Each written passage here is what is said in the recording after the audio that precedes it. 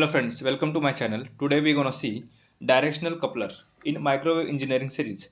तो देखते हैं डायरेक्शनल कपलर क्या है, इसका इंट्रोडक्शन देखते हैं पहले.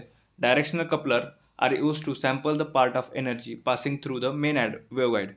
डायरेक्शनल कपलर क्या करता है, जो मेन वेवगाइड से जाने वाली एनर्जी को सैंपल करता है, मतलब कि पोर्ट 3 से डिलीवर करता है. ठीक है. They are also used the signal passing through two arms in phase as well as amplitude. मतलब कि और जो इसमें सिग्नल होता है वो इन फेज में होता है और इक्वल मैग्नीट्यूड में होता है. देखते हैं वर्किंग प्रिंसिपल क्या होता है डायरेक्शनल कपलर का. When the power is incident from port 1 then it is passed to port 2 and port 3. मतलब जब हम इंसिडेंट पावर जो पोर्ट 1 में देता है तो वो पावर क्या करते हैं आउटपुट में पोर्ट 2 और पोर्ट 3 से मिलता है हमको, but is not passing to the port 4 से हमें आउटपुट नहीं मिलता, जबकि पोर्ट 2 और पोर्ट 3 से हमें आउटपुट मिलता है. Thus, the port 4 is uncoupled when the wave is incident from port 1. जब हम पोर्ट 1 से जो इनपुट देते हैं तो पोर्ट 4 क्या होता है, अनकपल्ड होता है.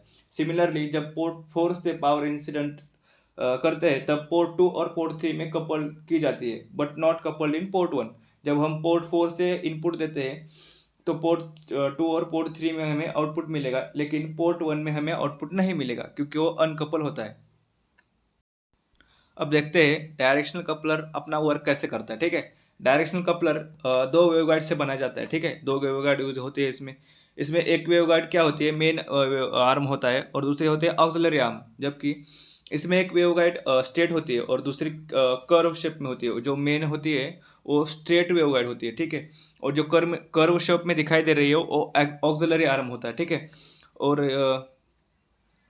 देखिए डायग्राम में क्या है, इनपुट पावर पास की जाती है मेन आर्म से, मतलब जो लेफ्ट साइड होती है मेन आर्म की उससे इनपुट दिया जाता है. वहीं पर आउटपुट मेन आर्म को दूसरे एंड से मिलता है, मतलब राइट साइड में जो आउटपुट पावर आपको दिखाई दे रहा है उधर से आउटपुट मिलता है. डायग्राम में जो होल्स होते हैं, जो होल्स दिखाई दे रही है वो क्वार्टर वेवलेंथ लोकेट करते हैं. ठीक है.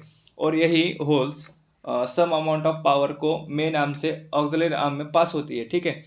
The other end of auxiliary arm is terminated. ठीक है. जब कोई रिफ्लेक्शन होता है ऑक्सिलरी आर्म के एंड में तो वो अवॉइड होता है. ठीक है. इसमें डायरेक्शन कपलर के कुछ पैरामीटर्स है जो कि डायरेक्शन कपलर को डिफाइन करते हैं, जिसमें पहला है कपलिंग फैक्टर, दूसरा डायरेक्टिविटी, इंसर्शन लॉस और आइसोलेशन. देखते हैं इनको बारी बारी से क्या होता है, सब ये पैरामीटर्स क्या होते हैं उनको बारीकी से देखते हैं. देखते हैं पहला पैरामीटर है coupling factor. Coupling factor is always given in decimal में दिया जाता है. डेसिमल में मेजर करते हैं कपलिंग फैक्टर को. It is defined as the ratio of incident power to the power output from auxiliary arm. ये रेशियो होता है इंसिडेंट पावर का और आउटपुट फ्रॉम ऑक्सिलरी आर्म का जो आउटपुट होता है उसका रेशियो होता है.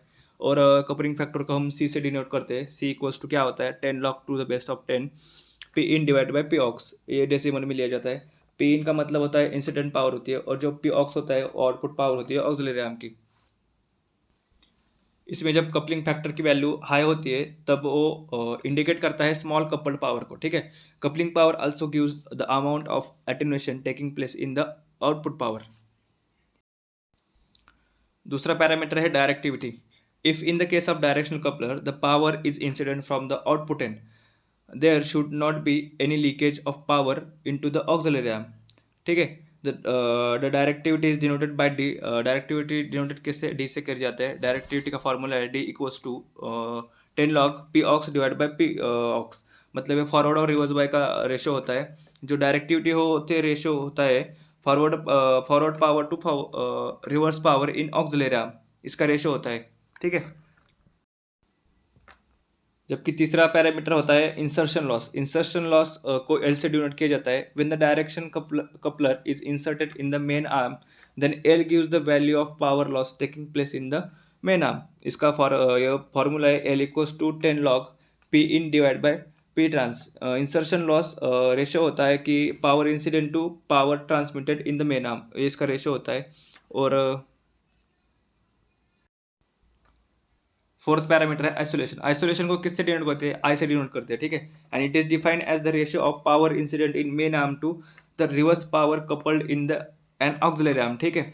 मतलब क्या होता है, एक रेशो होता है आइसोलेशन में, मतलब जो कि जो इंसिडेंट पावर होती है उससे रिवर्स पावर कपल्ड इन ऑक्सिलरी आर्म से होता है, ठीक है। आई इक्वल्स टू क्या होता है 10 log P in divide by P aux, मतलब पी इन क्या होता है incident power in the main arm, ठीक है, और पी ऑक्स क्या होता है power in auxiliary arm in the reverse direction, ठीक है।